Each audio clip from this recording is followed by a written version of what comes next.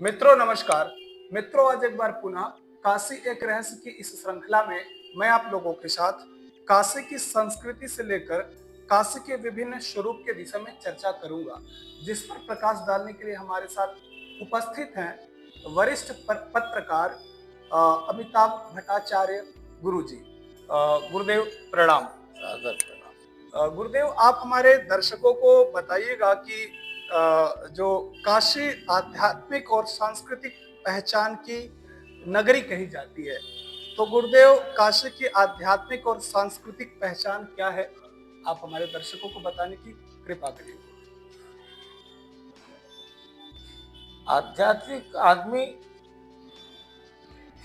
अपने ऊपर sign board लगा के तो घूमेगा नहीं जी नहीं। और न ही वो अपना आत्म प्रचार करेगा। जी इसलिए इस प्रजाति को आप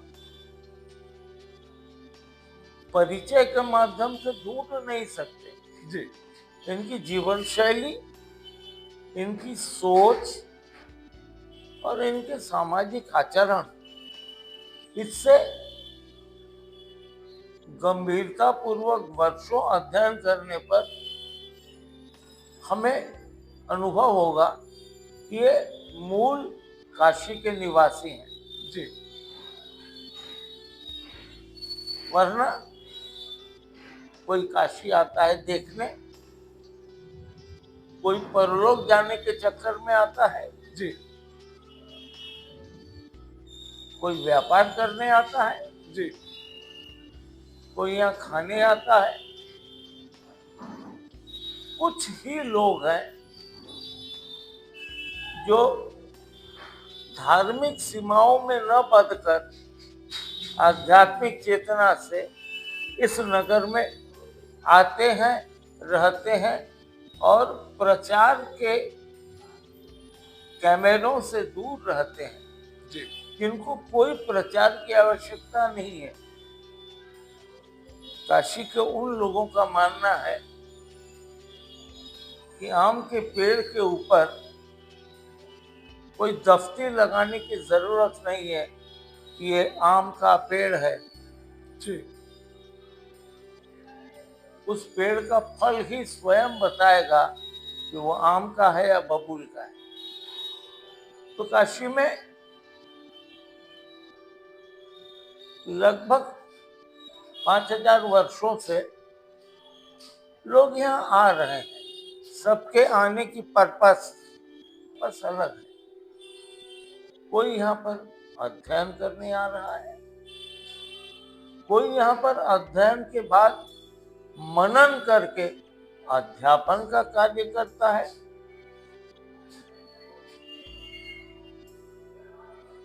कोई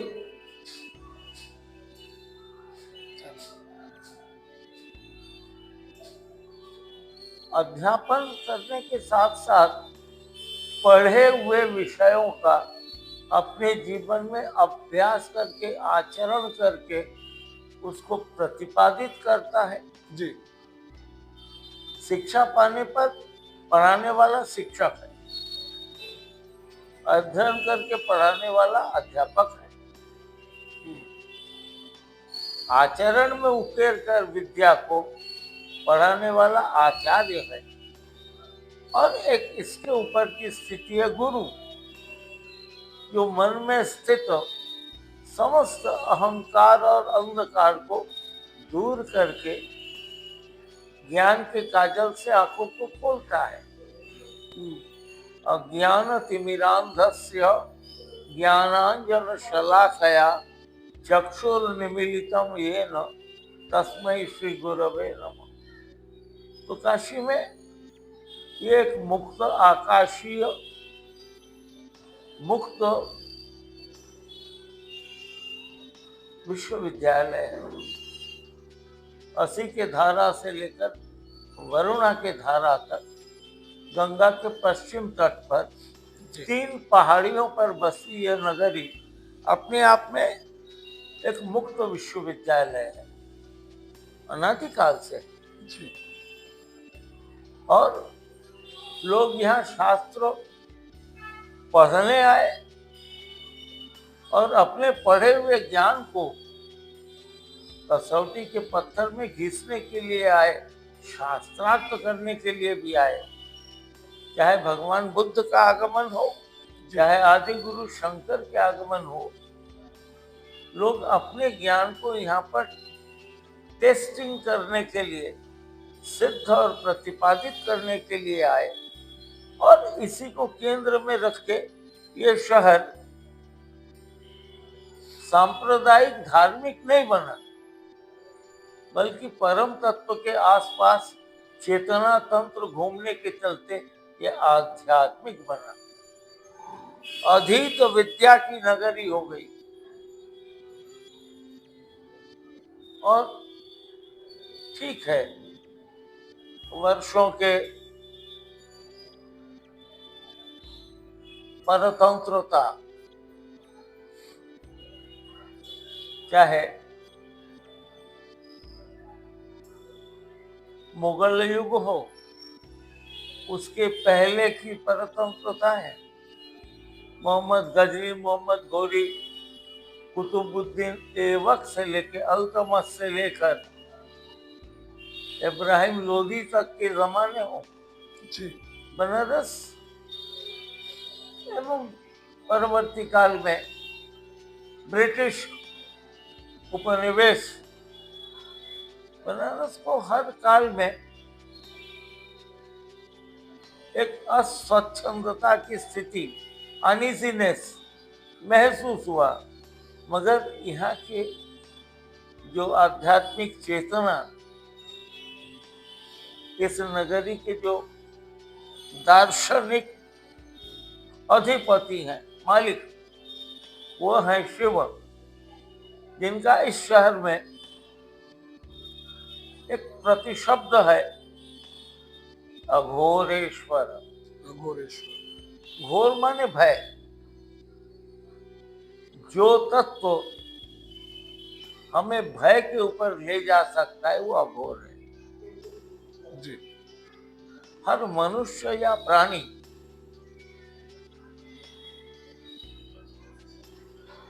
डरता है। प्राण गंवाने का डर, धन हानि, मान हानि, उसको हानि का डर है।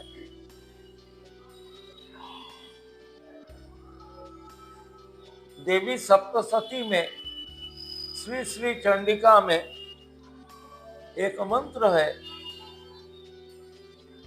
दुर्गे स्मिता हर्षि भीति मशेष जंत।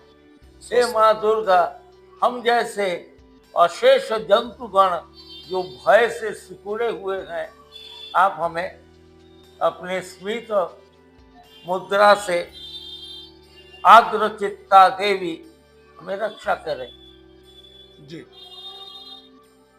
तो हम पशु हैं और भगवान शंकर पशुपति हैं, जो अभय प्रदान करते हैं। हम लोग काशी के प्रचलित हिंदी में इस शब्द को बिगाड़ा। हमने कहा अवघड़दानी। अघोरत्व प्रदान करने वाला अवघड़ नहीं है। घोर माने भय, घोर के ऊपर है वो। इसीलिए अगर हम बारीक और आध्यात्मिक आंखों से देखें तो काशी के बाप माँ अपने छोटे से बालक को, बालिका को देवालय ले जाकर कभी यह कहते आप नहीं सुन पाएंगे कि हाथ जोड़ो वरना ठाकुर जी पाप देंगे जी। क्योंकि काशी के वो जो आध्यात्मिक जनता है वो मान के चलती है कि भगवान पाप देने के लिए, दंड देने के लिए नहीं बैठा है, तो कृपा करने के लिए बैठा है। इसीलिए हम पश्चिमी गोलार्ध के लोगों जैसा अपने को अहंकार से नहीं कहते हैं वी आर गॉड फियरिंग, बल्कि हम लोग दिल खोल के कहते हैं वी आर गॉड लविंग जी। We are God loving. तो काशी की ये जो आध्यात्मिक चेतना है, ये जो भगवान शंकर को अपना पिता, माता पार्वती को अपना माता मान के, अंग्रेजी में एक शब्द का प्रयोग होता है सुप्रामेंटल रोमांटिसिज्म। ये जो परा श्रृंगारी सोच है, जी। हम लोग शिव बरास निकालते हैं, हम पार्ट एंड पार्शियल बनते हैं। ये धार्मिक नहीं है, ये आध्यात्मिक है।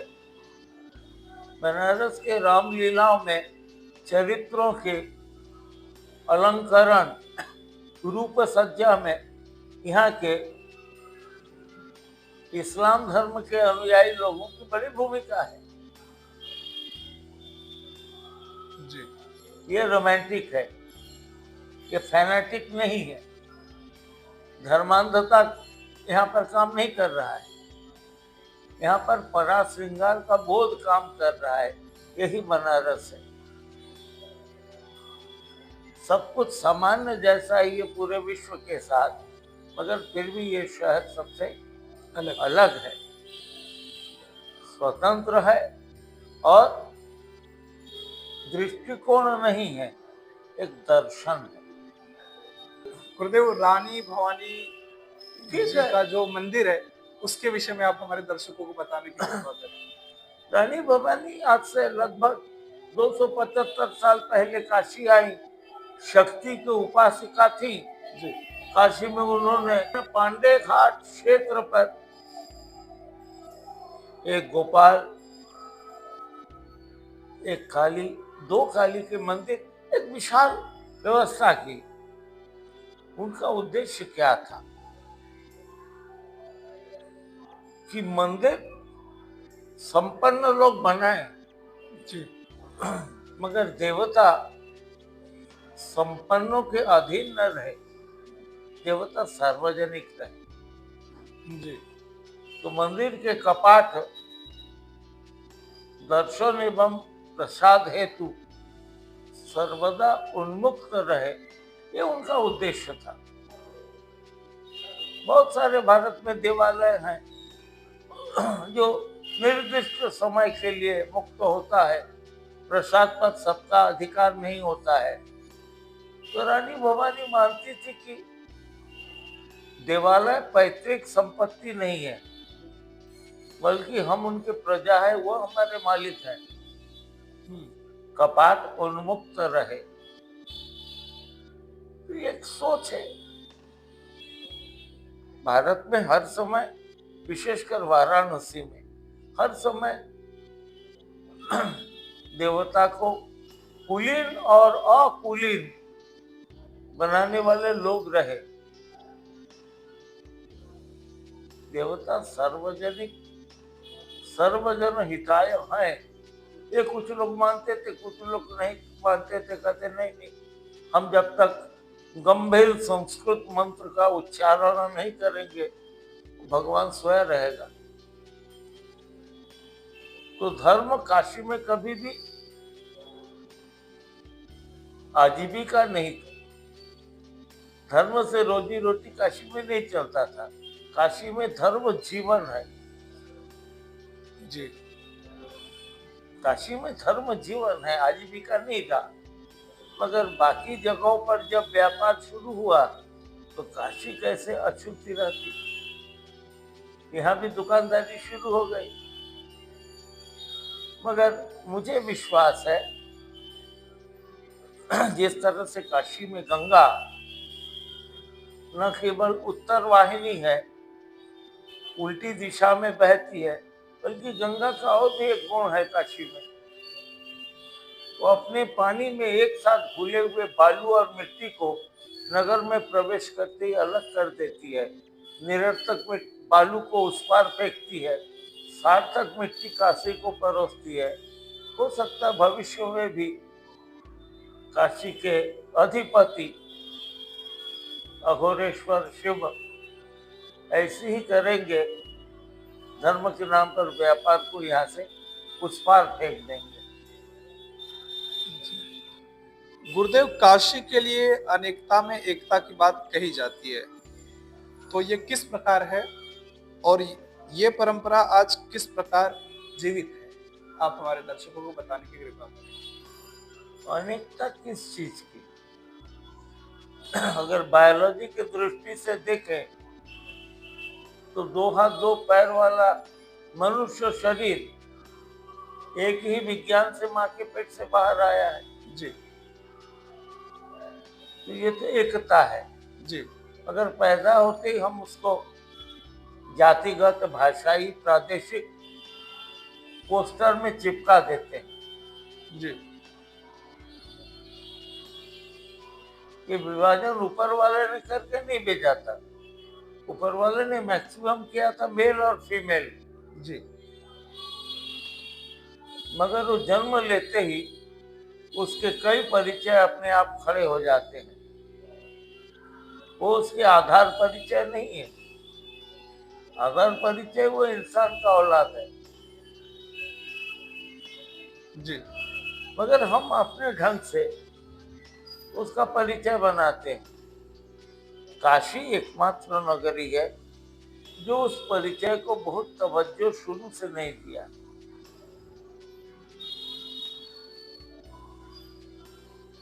काशी ने अपने कर्मों पर बल दिया। कर्ण जी पांडव और कौरव राजकुमार गण शस्त्र शिक्षा करके लौटे तो अपना कला प्रदर्शन कर रहे थे। कर्ण वहां पहुंचे, कर्ण ने भी कला प्रदर्शन की इच्छा व्यक्त की।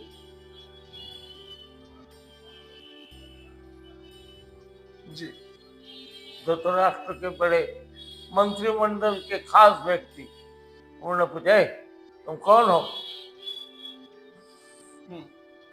जितना सुना हूं तुम सारथी के पुत्र हो, सूत पुत्र।" जी तो रचनाकार ने एक अद्भुत श्लोक हमें दिया, सूतो बा सूत पुत्रो वा, मैं सूत हूं या सूत पुत्र हूं, जी योबा कोबा भवा में मैं कुछ भी हो सकता हूं।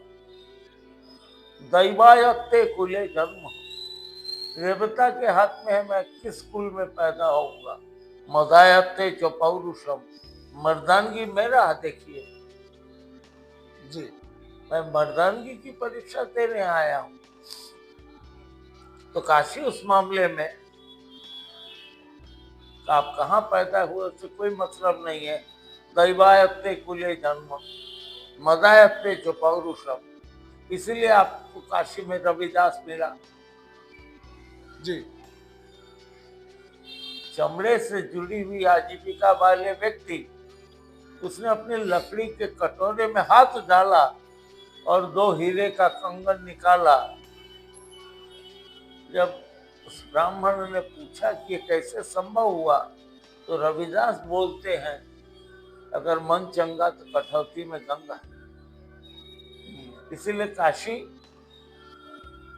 तन चंगा करने की नगरी नहीं है, मन चंगा की नगरी है। इसमें न कोई प्रदेश है, न कोई भाषाई बंधन है, न संपन्न और दरिद्र का अंतर है। यहाँ पर मन देखा जाता है।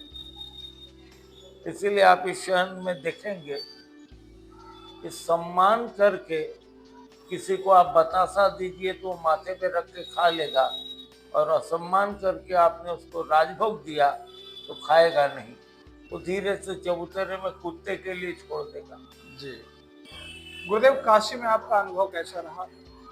हमारा शहर है, क्या अनुभव है। मैं यहाँ पैदा हुआ, अगर और 50 बार जन्म मुझको मिलने का मौका मिले तो मैं यहीं पैदा होऊंगा। मुझे और कहीं जाना ही नहीं है, मुझे और कहीं नहीं जाना है।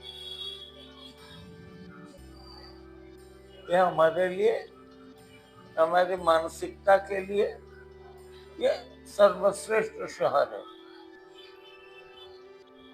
जहाँ एक आर्ट ऑफ लिविंग है।